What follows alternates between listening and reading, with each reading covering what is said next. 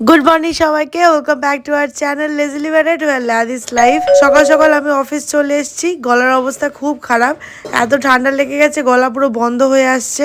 Mini ব্লগগুলো একটুখানি discontinue হয়ে গেছে। যাই হোক, অফিসের কাজকর্ম কমপ্লিট করে আমি বেরিয়ে পড়লাম। আজকে অনেক দিন পর আমি আবার স্কুটি করে যাচ্ছি। 1 মাস পর আশিস ফাইনালি কলকাতা ফেরত এসছে। আজকের দিনটা আন্দুলে থাকবে, তারপরে কালকে আমরা আবার আসার চলে যাব। মা ওকে ওর ফেভারিট রসগোল্লা দিয়েছে আর সে নিয়ে বসে আছে। আগের একটা মিনি ব্লগে তোমাদের দেখিয়েছিলাম এই শার্টটা মা ওকে অ্যানিভার্সারিতে দিয়েছে, আর এই হুডিটা আমি দিয়েছি। ওগুলো একটু পরে দেখলো।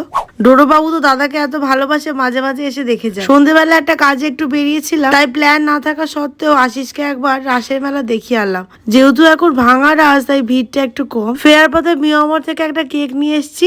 মা বললো অ্যানিভার্সারি আসছে, তাই কেকটা কেটেই যাবি।